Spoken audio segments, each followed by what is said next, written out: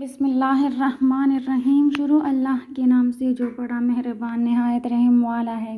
حضرت حلیمہ رضی اللہ تعالیٰ عنہا کا تعلق قبیلہ سعد سے تھا، جو اس دور میں فصاحت اور بلاغت اور پانی کی شیرینی کی وجہ سے مشہور تھا۔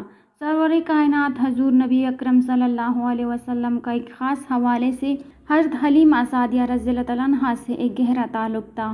آپ صلی اللہ علیہ وسلم نے بچپن میں عرب کے دستور کے مطابق اپنی ماں کے علاوہ ایک اور پیاری گود میں بھی اپنی عمر کے ابتدائی چند سال گزارے۔ حضرت حلیمہ رضی اللہ تعالیٰ عنہا حضور صلی اللہ علیہ وسلم کی رضائی والدہ بھی تھیں۔ شرفائے عرب میں دستور تھا کہ بچوں کو ماں کے پاس نہ رکھتے تھے، بلکہ اکثر پرورش اور فصیح زبان سیکھنے کے لیے دوسری عورتوں کو دے دیتے۔ اس کے لیے عموماً کرب و جوار کے قبائلی دیہات کا چناؤ کیا جاتا۔ بچے دیہات کی کھلی آب و ہوا میں پرورش پاتے اور پھر چند برس بعد ان کے والدین انہیں واپس لے جاتے۔ یہ رواج اس وقت اس قدر مستحکم تھا کہ تھوڑے تھوڑے عرصے بعد دیہات کی غریب عورتیں خود ہی شہر میں آتیں اور جو بچے اس مدت میں پیدا ہوتے انہیں ان کے ماں باپ کی مرضی سے ساتھ لے جاتیں۔ سرور کائنات حضور نبی اکرم صلی اللہ علیہ وسلم جب اس کائنات میں رونق افروز ہوئے تو شروع میں انہوں نے 7 روز تک اپنی والدہ ماجدہ حضرت بی بی آمنہ رضی اللہ تعالیٰ عنہا کا ہی دودھ پیا۔ اس کے چند دن بعد تک حضرت صوبیہ رضی اللہ تعالیٰ عنہا نے دودھ پلایا۔ اسی اثنا میں قبیلہ بنی سعد کی چند عورتیں بچے لینے مکہ آئیں۔ ان عورتوں میں حضرت حلیمہ سعدیہ رضی اللہ تعالیٰ عنہا بھی شامل تھیں۔ دوسری سب عورتیں مالدار گھرانوں سے بچے لینے میں کامیاب ہو گئیں، لیکن حضرت حلیمہ رضی اللہ تعالیٰ عنہا کو کوئی بچہ نہیں مل سکا۔ انہیں خود جب خبر نہ تھی کہ قسمت ان کی جھولی میں کون سی عظیم ہستی ڈالنے والی ہے۔ اس وقت مایوس ہو کر واپس جانے ہی والی تھیں کہ معلوم ہوا کہ سردار قریش عبد المطلب کا ایک یتیم پوتا اس دنیا میں آ چکا ہے۔ خاوند سے مشورہ کیا کہ اس بچے کا باپ تو دنیا میں ہے نہیں کہ جو اس بچے کی پرورش کی عوض ہمارے ساتھ مالی طور پر کچھ سلوک کرے۔ البتہ اس کے دادا کی شرافت اور عالی نسبی سے یہ توقع ہے کہ خدا اس بچے کے طفیل ہماری بہتری کی صورت کر دے۔ شوہر نے کہا کہ کچھ مضائقہ نہیں، اس بچے کو ضرور لے لو، خالی ہاتھ جانا اچھا معلوم نہیں ہوتا۔ حضرت حلیمہ رضی اللہ تعالی عنہا فوراً جا کر ننھے حضور صلی اللہ علیہ وسلم کو لے آئیں۔ انہیں کیا خبر تھی کہ یہ بچہ دین و دنیا کا سردار ہے اور اسے دودھ پلا کر وہ ابدی سعادت و عظمت حاصل کرنے والی ہیں۔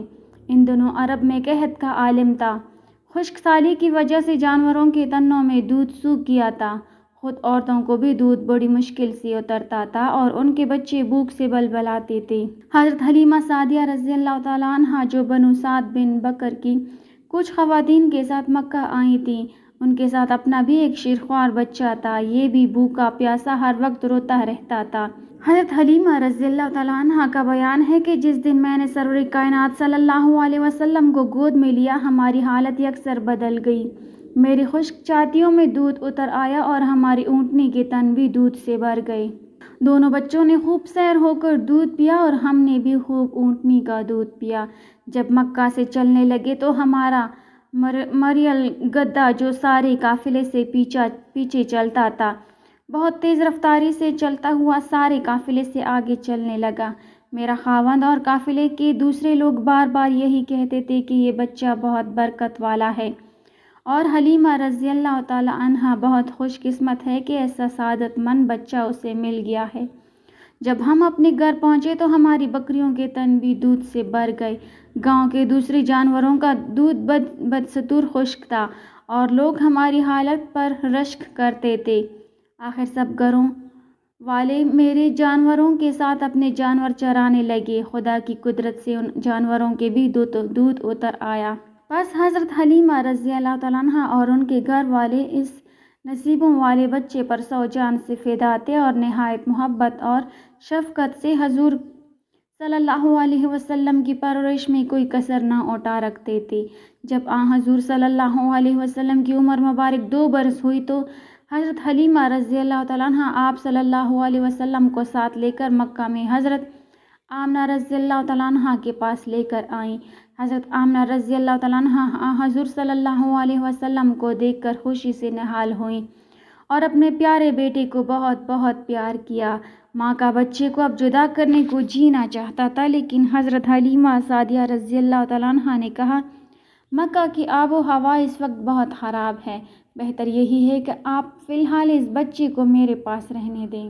حضرت آمنہ رضی اللہ تعالیٰ عنہا نے صورتحال کو سمجھتے ہوئے حضرت حلیمہ سعدیہ رضی اللہ تعالیٰ عنہا کی بات مان لی، اور یوں حضرت حلیمہ رضی اللہ تعالیٰ عنہا آپ صلی اللہ علیہ وسلم کو پھر سے واپس اپنے قبیلے میں لے کر آ گئیں۔ حضور نبی اکرم صلی اللہ علیہ وسلم نے 5 برس تک حضرت حلیمہ رضی اللہ تعالیٰ عنہا کے پاس پرورش پائی، حتیٰ کہ واقعہ شکل صدر پیش آیا۔ اس کے بعد آپ صلی اللہ علیہ وسلم کی والدہ ماجدہ حضرت آمنہ رضی اللہ تعالیٰ عنہا کے پاس سپرد کر دیا۔ حضرت حلیمہ رضی اللہ تعالیٰ عنہا اس کے بعد عرصہ دراز تک زندہ رہیں۔ ان کا سن وفات ٹھیک طرح سے دستیاب نہیں۔ سن 8 ہجری میں جب حضور صلی اللہ علیہ وسلم کی عمر مبارک 61 برس تھی، آپ صلی اللہ علیہ وسلم جعفرانہ میں گوشت تقسیم فرما رہے تھے۔ اس وقت حضرت حلیمہ رضی اللہ تعالیٰ عنہا حضور کریم صلی اللہ علیہ وسلم کے پاس تشریف لائیں۔ حضور صلی اللہ علیہ وسلم نے خود اپنی چادر مبارک بچھا کر ان کو بے حد تعظیم و تکریم کے ساتھ بٹھایا، گو کہ بعض روایات میں اس بات کی اس طرح تردید ملتی ہے کہ وہ حضرت حلیمہ سعدیہ رضی اللہ تعالیٰ عنہا نہیں بلکہ ان کی بیٹی اور حضور صلی اللہ علیہ وسلم کی رضائی بہن تھیں۔ حضرت حلیمہ رضی اللہ تعالیٰ عنہا کی 2 بیٹیاں انیسہ اور حذافہ تھیں، جبکہ ایک بیٹا عبداللہ تھا۔ غرض اس بات سے قطعاً شک نہیں کہ حضرت حلیمہ رضی اللہ تعالیٰ عنہا وہ جلیل القدر خاتون تھی جن کو حاصل ہونے والی سعادت پر پوری تاریخ اسلام ہمیشہ رشک کرتی رہے گی۔ حضرت حلیمہ سعدیہ رضی اللہ تعالیٰ عنہا جو کہ حضور نبی کریم صلی اللہ علیہ وسلم کی رضائی ماں ہیں، انہوں نے جب حضور نبی کریم صلی اللہ علیہ وسلم کا دودھ چڑھایا تو انہیں لے کر ان کے دادا حضرت عبدالمطلب کو دینے کے لیے مکہ مکرمہ آئیں، اور وہ آپ صلی اللہ علیہ وسلم کو حرم کعبہ میں حتیم کے پاس لے گئیں۔ حتیم کے پاس انہوں نے آواز سنی کہ اے حتیم، تجھ پر آج بہت مہربانی ہوئی ہے کہ تجھ پر نور کی سخاوت ہوگی اور تو آج بالائی روحوں کی منزل بنے گا۔ اس سے قبل حضرت حلیمہ سعدیہ رضی اللہ تعالیٰ عنہا کے ہاں حضور نبی کریم صلی اللہ علیہ وسلم کے شکل صدر کا واقعہ پیش آ چکا تھا اور وہ بہت خائف رہتی تھی۔ یہی وجہ تھی کہ آپ صلی اللہ علیہ وسلم کے بارے میں آپ رضی اللہ تعالیٰ عنہ ہر وقت حضور نبی کریم صلی اللہ علیہ وسلم کی حفاظت کرتی رہتی تھیں۔ آپ رضی اللہ تعالیٰ عنہ نے جب یہ آواز سنی تو حیران ہوئی کہ اس وقت تو وہاں کوئی موجود نہیں۔ حضرت حلیمہ سعدیہ رضی اللہ تعالیٰ عنہ اس آواز کی تلاش میں حضور نبی کریم صلی اللہ علیہ وسلم کو زمین پر بٹھا کر نکلی۔ ہر جانب سے بلند آوازیں ان کے کانوں میں سنائی دے رہی تھیں، لیکن آواز والا انہیں نظر نہیں آ رہا تھا۔ وہ حیران و پریشان واپس لوٹی تو حضور نبی کریم صلی اللہ علیہ وسلم اپنی جگہ پر موجود نہ تھے۔ آپ رضی اللہ تعالیٰ عنہ غم کی شدت سے نڈال ہو گئیں اور رونا شروع کر دیا کہ میرا یہ گوہر مجھ سے کون لے گیا۔ اہل مکہ نے کہا کہ ہمیں اس کا کچھ علم نہیں اور نہ ہی ہم جانتے ہیں کہ یہاں کوئی بچہ موجود تھا۔ آپ رضی اللہ تعالیٰ عنہ نے جدائی کے غم میں اتنے آنسو بہائے کہ دیگر لوگ بھی آپ رضی اللہ تعالیٰ عنہ کے غم میں شریک ہو گئے۔ اس دوران ایک بوڑھا عربی لاٹھی ٹیکتا ہوا آیا اور اس شدت غم کی وجہ دریافت کی۔ حضرت حلیمہ سعدیہ رضی اللہ تعالیٰ عنہ نے بتایا کہ میں محمد صلی اللہ علیہ وسلم کی دایا ہوں اور انہیں ان کے دادا کے سپرد کرنے آئی تھی۔ حتیم میں مجھے عجیب و غریب آوازیں سنائی دیں تو میں بچہ چھوڑ کر ان آوازوں کے متعلق معلوم کرنے نکلی۔ جب واپس آئی تو بچہ یہاں موجود نہیں ہے۔ میں اس وجہ سے پریشان ہوں کہ اس طرح مجھ سے کیے گئے اعتماد کو ٹھیس پہنچ سکتا ہے۔ اس بوڑھے نے کہا کہ تم غم نہ کرو، میں تمہیں اس کے پاس لے چلتا ہوں جو اس بچے کے متعلق ہمیں بتائے گا۔ حضرت حلیمہ سعدیہ رضی اللہ تعالیٰ عنہا راضی ہو گئیں اور وہ بوڑھا انہیں مکہ مکرمہ کے مشہور بت عزا کے سامنے لے گیا اور کہنے لگا کہ ہم اپنے گم ہونے والوں کا علم اسی سے پاتے ہیں۔ پھر بوڑھے نے اس بت کو سجدہ کیا اور کہا کہ اے عرب کے خدا، ہم نے تیری وجہ سے بے شمار ہلاکتوں سے نجات پائی اور تیری مہربانیاں اہل عرب پر بے شمار ہیں اور تیرا حق ادا کرنا ہم اہل عرب پر لازم ہے۔ یہ اپنے گمشدہ بچے کے متعلق جاننا چاہتی ہے اور اس بچے کا نام محمد صلی اللہ علیہ وسلم ہے۔ جو ہی اس بوڑھے نے آپ صلی اللہ علیہ وسلم کا نام لیا، بت اوندے منہ گر پڑا اور کہنے لگا کہ تو اس بچے کو کیوں تلاش کرتا ہے جس کی وجہ سے ہم ذلیل و رسوا ہوں گے؟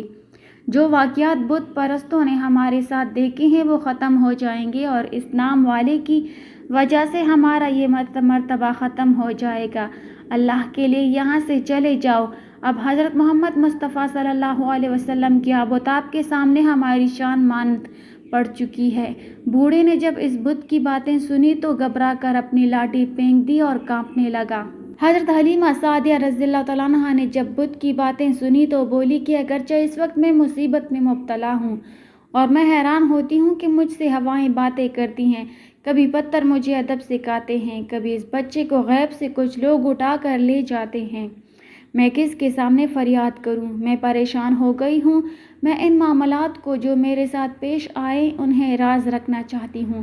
میں بس اتنا کہتی ہوں کہ میرا بچہ گم ہو گیا ہے اور میں اس کے علاوہ کوئی بات نہیں کرتی، اگرچہ لوگ مجھے پاگل ہی کیوں نہ سمجھیں۔